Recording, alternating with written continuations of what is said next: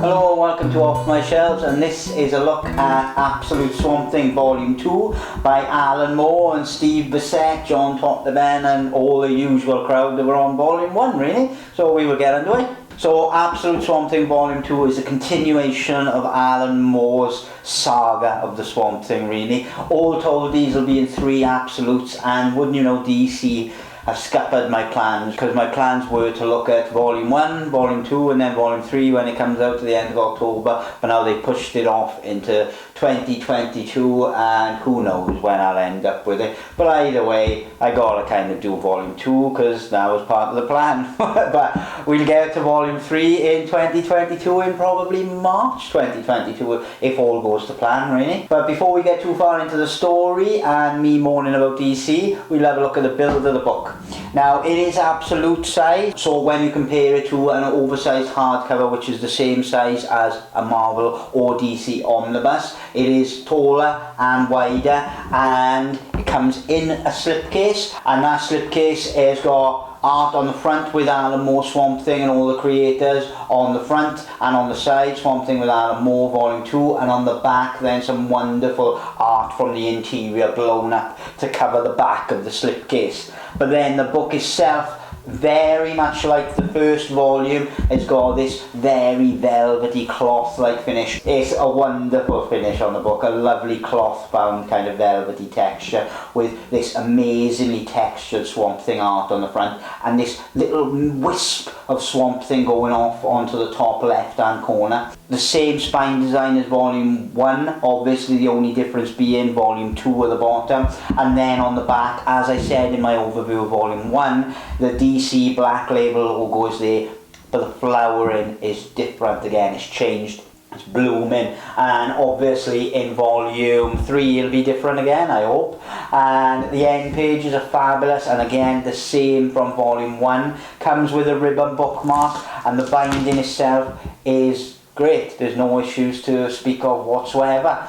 Like the first volume, it is recoloured fully inside and out, you know, recoloured, so it's not the original colouring, but everything else is the original, you know, layout and design of the original. The only thing that's different is that colouring. So the collection itself takes us from issue 35 right up into issue 50, and originally came out in 85-86, so this is telling you a year's worth of stories really, starting with an amazing story which is called the Nukeface Papers. And Nukeface is this amazingly weird character who is affected by nuclear waste in his hometown and really kind of puts Swamp Thing through the ringer, and a lot of other people as he's wandering through. But he's very much kind of horrific character who has no explanation for the crazy acts he does or anything of what he's doing really.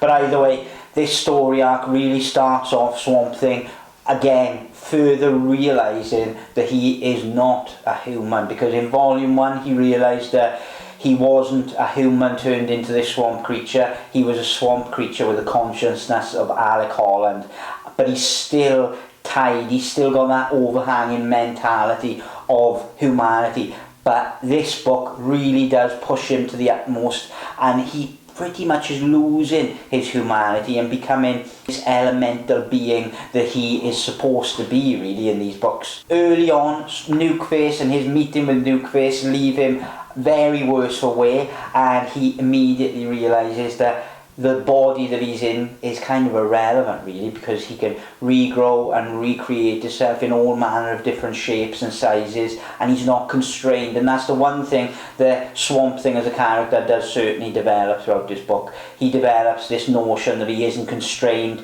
to this humanoid form that he finds himself in more often than not. He can be anything really, all he has to do is kind of think it, and he can be, you know, a mountain. He has got such a strong power set and strength set in these books, it's insane. And also teleporting is a big thing as well, because in the first volume he teleports and goes through the different dimensions into other places, but now he really discovers how he can literally regrow himself in another part of the world instantaneously, so it's like this fast travel technique that he can just let his body die and then be regrown elsewhere in the world. One of the major things of this volume 2 is the introduction of John Constantine. And John Constantine is obviously this well-known character that's now known as Hellblazer, but he appeared here first, and he is very much this mysterious figure who comes in and is constantly speaking, almost bordering on riddles and sending Swamp Thing to different places, and you don't really get an idea or feel as to why he's doing certain things.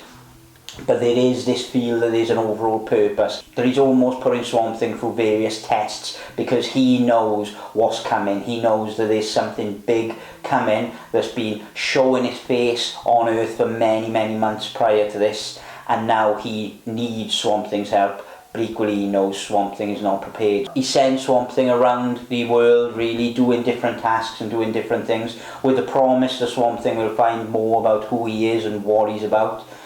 But equally, it's more like a test to try and show Swamp Thing what he's capable of. And so he comes across, flooded villages full of vampires, which is one of my personal favourite storylines in here, really. The vampires underwater storyline is just phenomenal.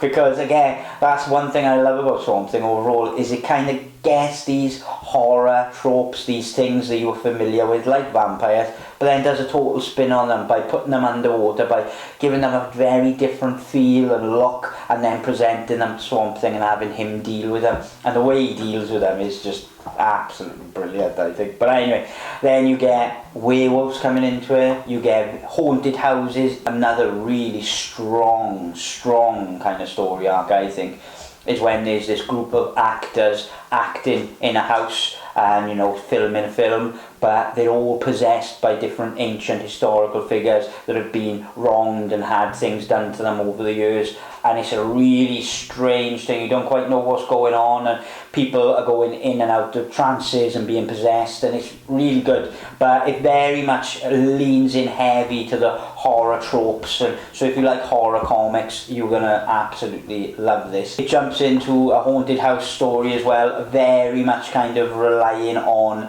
it's called in here Ghost Dance, but it very much is this Sarah Winchester house. I did an overview on House of Penance not long ago, which was looking at the fictionalized real life story of Sarah Winchester and her house that she kept building and adding to, and how it was haunted and she was trying to appease the spirits. Well, this delves into that same house and takes that same story, changes the names and things like that, but it is very much based around that mythology. And again, Swamp Thing gets heavily involved in helping people who find themselves in that house. All the while, it's building, and Constantine is laying down these little breadcrumbs for Swamp Thing to follow, and there's this thing. No one quite knows a name of it, no one quite knows how to phrase what's coming, but there's this force, this power that's in control of all of these things, and all these things are awakening because this force and this presence is awakening. And everyone, as this book goes on, starts to realise that there's something that they need to fight and deal with. So they travel into other dimensions like hell and things like that. And a lot of the characters from the DC universe, Deadman and other people, lump into this fight, and they all try to battle this faceless enemy. It's very abstract kind of enemy because it doesn't give a face. It's this almost this energy, a power that hasn't really got any form to it.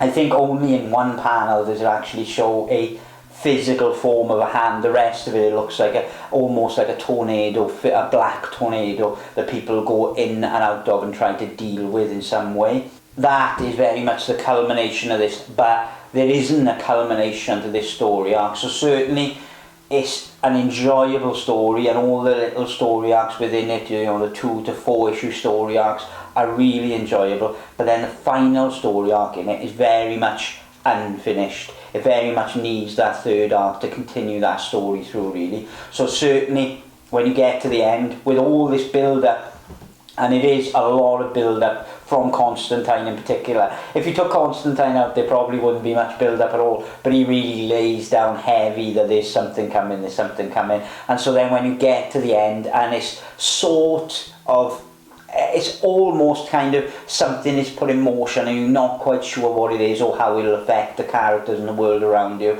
and then the story ends with issue 50. But there are definitely some of my favourite Swamp Thing stories of all time contained in here, and Alan Moore and all the artistic team don't disappoint.